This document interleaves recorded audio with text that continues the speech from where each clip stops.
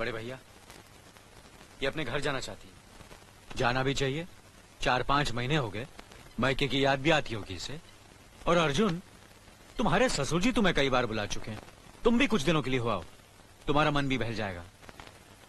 अगर ये वापस लौटने के लिए जा रही होती तो मैं जरूर जाता, मगर ये तो हमेशा के लिए इस घर से जा रही है। कैसी बातें कर रहे हो? अगर तुम दोनों के ख्यालात एक दूसरे से नहीं मिलते तो इस मामले को घर की 4 दीवारी में बैठकर आपस में सुलझा लेना चाहिए। बहू शहर की पढ़ी लिखी लड़की है, उसे गांव की रीति रिवाज के बारे में क्या मालूम। ये तो तुम्हारा फर्ज बनता अर्जुन कि तुम उसे हमारे तौर तरीके सिखाओ। सिखाने से कोई फायदा नहीं बड़े भैया, ये खुद को इस माहौल में डालना ही नहीं चाहती, इसलिए भेज रहा हूं। अच्छा, तो तुमने फैसला भी कर डाला? बड़े भैया, बात यह है कि मैंने मीना को... तुम बहुत समझदार भी हो गए हो ना, तो फिर तुम्हें इतना तो समझ लेना चाहिए, अगर बहू अपने आप को बदल नहीं पा रही है तो तुम बहू के मुताबिक बदल जाओ। आखिर वो तुम्हारी पत्नी है, उसका साथ देना तुम्हारा धर्म है। तुम्हारे भरोसे ही तो उसने अपनी सारी जिंदगी सौंप दी तुम्हें। अर्जुन, मेरे दर्द पर तुम तड़प उठोगे, तुम्हें तकलीफ होगी तो मैं रो दूंगा, क्योंकि हम दोनों एक ही मां की संतान हैं। खून का रिश्ता है हमारा, मगर पत्नी का नाता उससे कहीं ज्यादा गहरा होता है, क्योंकि वो पराये घर से आकर अपनों से कहीं ज्यादा अपनी हो जाती है, परछाई बन जाती है हमारी। पति शरीर है तो पत्नी उसकी आत्मा है। पत्नी ही पति के जीवन को सही अर्थ देती है, उसे कामयाब बनाती। पत्नी के बगैर पति बेजान और बेमाने हो जाते हैं।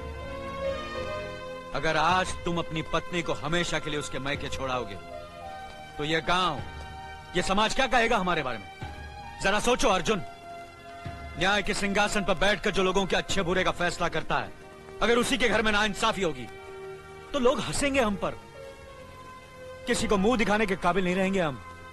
बड़े भैया, मुझसे भूल हो गई, मुझे माफ कर दीजिए। मुनीम जी। जी मालिक। जायदाद के दस्तावेज लाइए। जी अभी लाया। बहू, पति ही पत्नी की असली शक्ति होती है। हमारे पुरखों ने कुल धर्म पत्नी के बारे में कहा है, जो पति के काम में उसकी मददगार हो, उसे अच्छी सलाह दे, जो दासी की तरह उसकी सेवा करे, मां की तरह उसे खिलाए पिलाए, लक्ष्मी का रूप हो और धरती की तरह उसमें सहन शक्ति हो, वही आदर्श पत्नी होती है। औरत की सोच मर्द का मुकद्दर बनाती है। वो जब बनाने पर आती है तो कुटिया को महल कर देती है, और जब बिगाड़ने पर उतरती है तो महल को मिट्टी का ढेर बना देती है। मालिक, ये जायदाद के दस्तावेज हैं। हमारी जमीन जायदाद कहां कहां है और कितनी है, उसका हिसाब किताब ना बाबूजी को मालूम था, ना हम तीनों भाइयों को मालूम है। बहू, तुम पढ़ी लिखी हो, आज से इसका हिसाब किताब तुम देखोगी। लक्ष्मी जी। अपनी चाबियों का गुच्छा और ये कागजात बहू को दे दो।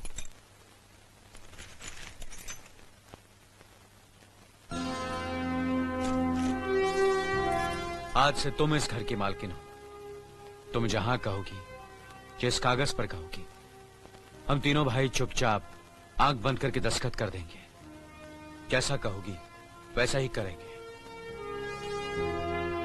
बस एक ही विनती है बहू, हम तीनों भाइयों को अलग करने का ख्याल अपने मन में कभी आने मत देना।